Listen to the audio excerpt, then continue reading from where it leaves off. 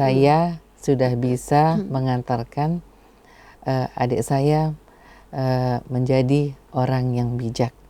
Gimana perasaannya Ibu Nelly setelah mendengar kabar Ibu tidak dipilih oleh Pak Gub? Beliau tidak memilih kakaknya tapi memilih yang lain. Karena itu lebih dibutuhkan oleh NTB.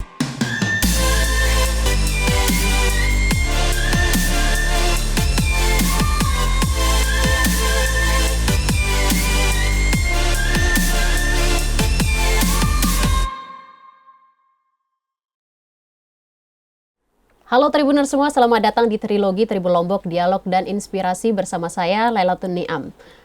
Tribuners, kalau kita ngomongin korupsi ya, ini Tribuners seperti sudah sering mendengar berita-berita korupsi tersiar berseliweran di media, di sosial media tentang pejabat daerah yang ditangkap, tentang proyek fiktif, tentang gratifikasi, suap dan lain sebagainya.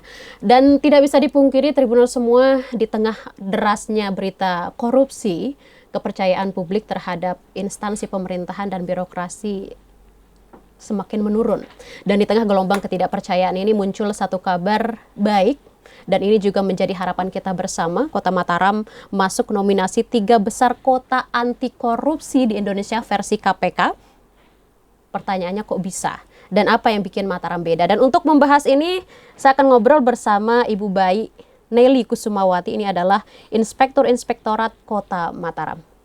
Ibu Baik, terima kasih sudah hadir. Terima kasih. Akhirnya kita berjumpa setelah beberapa hari. Setelah beberapa ada hari saja janjian, ya. halangan. Namun Bu Nelly, Bu Nelly ya? Iya, oke. Bu Nelly apa Bu Baik? Nengok baik nanti banyak yang nengok. Oh iya, banyak yang nengok. Bukan banyak baik ya di sini. Kalau Bu Nelly ya. Sebelum kita masuk ke topik yang tadi saya sampaikan, ini juga masih ramai dibicarakan oleh warga Nusa Tenggara Barat terkait dengan keikutsertaannya Ibu Nelly di pansel Kepala Inspektorat Provinsi Nusa Tenggara Barat. Nggak pakai kepala inspektur. Inspektorat Provinsi Nusa Tenggara Barat. Iya. Dan Tribuners, kenapa ini bisa ramai? Seperti yang teman-teman tahu, mungkin Ibu Nelly ini adalah kakak kandung dari Gubernur Nusa Tenggara Barat saat ini, Bapak Lalu Muhammad Iqbal atau yang kita sapa Iqbal. Dan waktu pemilihan Ibu Nelly mendapat skor tertinggi, namun pada akhirnya saat pemilihan Bu Nelly tidak dipilih menjadi Inspektorat Kota Mataram. Pertanyaannya pasti sudah jelas ini Bu Nelly, pertanyaan semua orang. Gimana perasaannya Ibu Nelly setelah mendengar kabar Ibu tidak dipilih oleh Pak Gub menduduki jabatan inspektorat di provinsi? Baik ya, mungkin saya runtun saja dari awal. Sebenarnya saya ikut pansel tersebut semata-mata pertimbangan profesional saja ya. Jadi ya karena background ilmu saya S1, S2 akuntansi, dan ketika saya menjadi CPNS juga, itu saya pertama kali di inspektorat juga menjadi CPNS-nya. Sehingga setelah itu turn off dati saya keliling dari satu OPD ke OPD, sehingga sampailah saya kepada menjadi Inspektur Kota Mataram. Ya, dan saya merasa sangat lengkap mendapatkan ilmu yang dari keliling dari satu OPD ke OPD tersebut, mulai dari keuangan belasan tahun, kemudian aset, kemudian pernah di pendapatan, dinas pendapatan juga, pernah jadi kabag pemerintahan, tentang pemerintahan, mengkoordinir semua lurah dan camat, pernah menjadi kabag umum 7 tahunan, dan kemudian jadi kepala BKPSDM 7 tahun juga atau 6, ya itu kemudian berakhir di inspektorat. Jadi saya merasa ilmu sudah hampir lengkap ya, insya Allah. Jadi itu juga membuat bekal saya untuk berani untuk maju ke provinsi untuk ikut pansel, karena saya pikir itu untuk pengembangan karir saya ya. Dan untuk saya ketika ikut itu pastinya saya sudah menyampaikan izin ke beliau, dan sudah izin ke beliau, dan beliau bukan orang yang diskriminatif, jadi dan tidak juga melarang kita untuk mengejar karir, sehingga beliau ketika saya bilang, Buya, Mbak mau ikut pansel, terus beliau menjawab, terus saya sampaikan langsung sebelum beliau berkomentar, saya langsung menyatakan saya Mbak ikut pansel, tetapi setelah itu Buya memutuskan memilih siapa yang terbaik, silahkan. Jadi saya sendiri yang langsung membuat komitmen supaya diizinkan gitu loh, karena saya takut beliau itu kan orangnya sangat penyayang dan saya takut beliau terganggu, dia menjadi konflik kepentingan gitu dengan posisi kami menjadi kakak adik gitu. Dan beliau menjawab, silakan saja Mbak. Nah, jadi saya merasa lega ketika saya sudah dipersilahkan dan saya kemudian banyak berdiskusi lah sama panjang lebar dengan beliau tentang inspektorat. Ya, dan ketika pengumuman untuk pansel tersebut saya dinyatakan tidak dipilih. Ya saya nggak kaget karena kan saya sudah menyatakan langsung komitmen dari awal bahwa saya ini hanya untuk karir ya, karena karir saya kalau di kota kan pastinya mentok karena B ya, saya harus ke provinsi untuk bisa mendapatkan A itu 2A gitu kan, kalau di kota hanya mentok 2B. Jadi saya pikir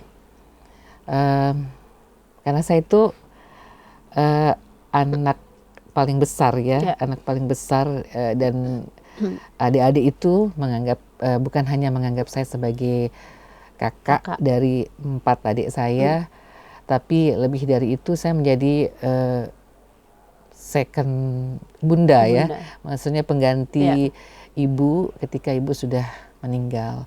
Dan Buya, Pak Gup, Mi Gup itu juga menjadi pengganti ayahanda kami ketika sudah meninggal. Dan yang paling saya pegang adalah status sebagai anak yang paling besar. Saya memegang amanah dari kedua orang tua. Kedua orang tua memberikan amanah untuk menjaga dan mendidik adik-adik untuk salah satunya menjadi orang yang bijaksana. Orang yang bijaksana. Ya, dan dalam hal ini saya merasa beliau sudah membuat suatu keputusan yang dibutuhkan oleh NTB. Jadi bukan suatu keputusan yang berdasarkan kemauan pribadi. Saya rasa kalau berdasarkan kemauan apa yang dimau beliau, dalam artian karena untuk kepentingan pribadi, pastinya akan memilih kakaknya ya. Tapi betul. Karena beliau berpikir bahwa keputusan itu adalah untuk apa yang dibutuhkan oleh NTB, maka beliau tidak memilih kakaknya tapi memilih yang lain, karena itu lebih dibutuhkan oleh NTB. Dan ini juga pada proses pansel dan pemilihan, dan akhirnya Pak Gup memilih yang lain dibandingkan kakaknya sendiri, mematahkan opini-opini publik yang mengatakan kakaknya sudah ikut pasti ini yang menang gitu kan. Nah itu kan banyak sekali yang muncul. Itu paradigma lama. Iya, yang seperti itu. Ada kopi sambil kita ngopi. Ya, terima kasih. Oke, dan itu menarik sekali memang. Dan Pak Gup memang sering menggaungkan integritas dan juga ya mana yang terbaik itu yang dipilih, mana yang seperti yang disampaikan dibutuhkan oleh warga, oleh NTB, oleh Nusa Tenggara Barat. Iya.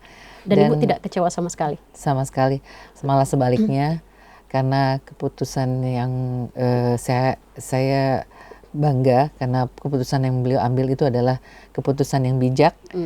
Itu artinya beliau sudah menjadi orang yang bijak, dan itu juga berarti saya sudah bisa mengantarkan adik saya menjadi orang yang bijak, dan itu berarti saya sudah menjalankan amanah kedua orang tua.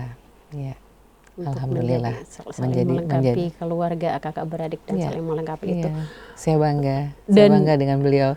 Pada saat itu beliau tuh orangnya sangat milu sekali, tetapi beliau bisa tegar. Sepertinya hal yang sama bakal disampaikan juga oleh Pak Gubernur kepada Ibu Nelly. Karena satu terpotret mungkin sudah beredar di sosial media waktu ada momen Pak Gub mencium tangan Bu Nelly waktu penyerahan sertifikat kalau tidak salah. Itu beredar sekali di media sosial dan itu membuktikan seberapa dekatnya dan bagaimana Pak Gub menjaga dan menyayangi kakaknya. Kita bersaudara emang begitu, dimanapun berada, kalau ketemu. Terlepas dari jabatan. Iya, nggak ada jabatan itu. Nah, kenapa ini ramai? Karena Pak Gubernur mencium tangan, ya seperti yang kita tahu lah ya.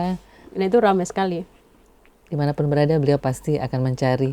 Kalau itu momen atau event acara apa yang dia tahu saya hadir, pasti beliau akan mencari untuk mencium tangan. Iya, memang itu udah merupakan adabnya beliau adab ke kakak, ke keluarga yang lebih, atau ke kakak saudara yang tua. Semisal ada pansel berikutnya, Ibu Nelly akan maju lagi? Ya, kita lihat nanti. Kita lihat nanti. Tunggu pesan-pesan berikut. Pesan-pesan berikutnya ya. Kita tunggu saja kabar terbaru dari Ibu Nelly.